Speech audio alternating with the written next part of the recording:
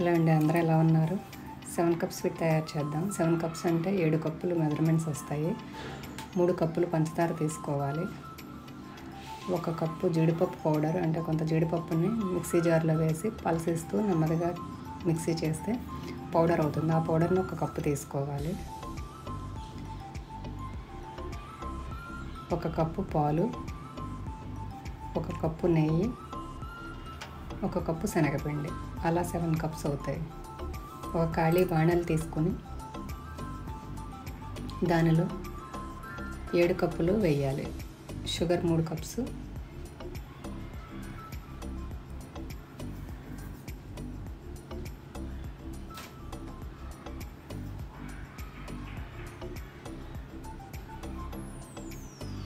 శనగపిండి 1 కప్పు,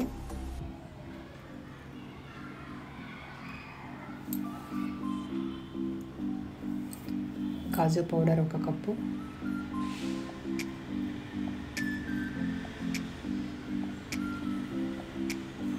పాలు 1 కప్పు,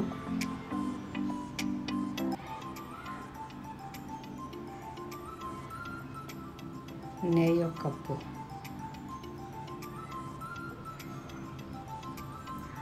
అన్నింటినీ వేసి స్టవ్ మీద పెట్టకుండా ఒక గరిటె పెట్టి బాగా లంప్స్ లేకుండా కలుపుకోవాలి.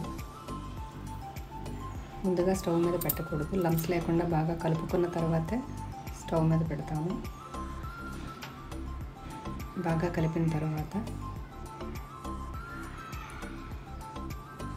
ఒక ప్లేట్కి నేతిని రాసి పక్కన పెట్టుకోవాలి.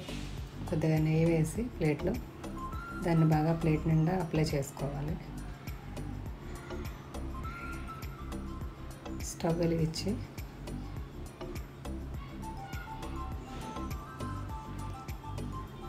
బాణలి పెట్టి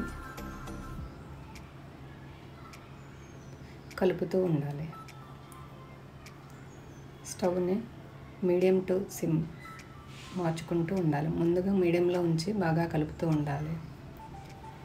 అది బాగా కరిగి పలుచగా అవుతుంది.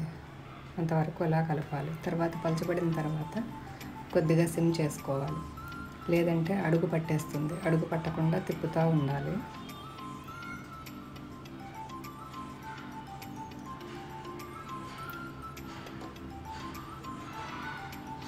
కొద్దిగా బ్రౌన్ కలర్లో వస్తుంది. అక్కడక్కడ కంగారు పడక్కర్లేదు.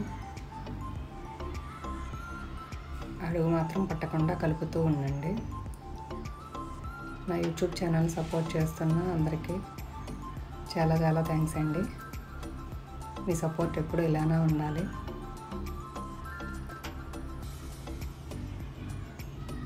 కంపల్సరీ కలుపుతూనే ఉండాలి.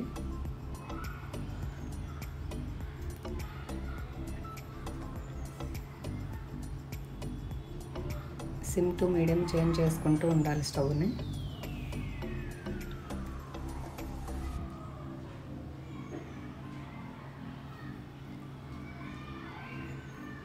తిప్పుతూ ఉండగా కొంచెం గట్టి పడుతుంది.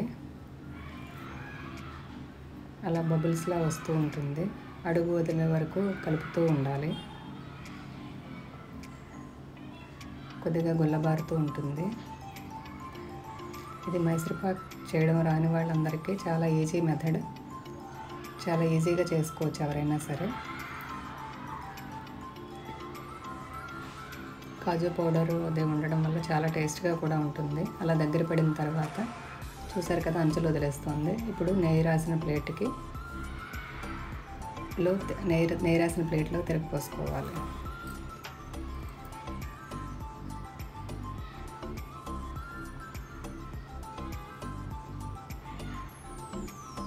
జాగ్రత్తగా తిరగపోసుకుని మొత్తం అంతా అందులో వేసుకోవాలి. వేసిన తర్వాత ఒక పప్పు గుత్తికి నేతిని రాసి పైన లేయర్లా ఫామ్ అవుతుంది. అది గుల్లగా అయిపోయి పౌడర్లా అయిపోతుంది. అందుకోసం పప్పు గుత్తితో పైన ఒకసారి చదును చేసుకోవాలి. అలానే గట్టిగా అదేం పెట్టి నొక్కకూడదు. మెల్లిగా ప్రెస్ చేస్తూ అది గుల్లగా రాకుండా చూసుకోవాలి పై లేయరు.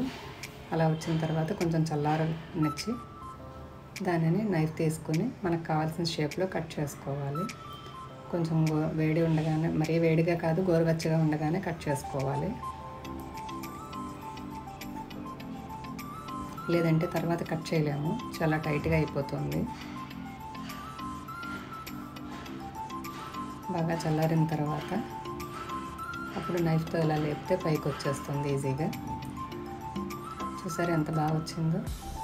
సేమ్ మైసూర్పాకులానే ఉంటుంది, ఇంకా టేస్టీగా ఉంటుంది కాజు పౌడర్ ఉండడం వల్ల. ఒకసారి ట్రై చేసి చూడండి, చాలా ఈజీగా చేసుకోవచ్చు.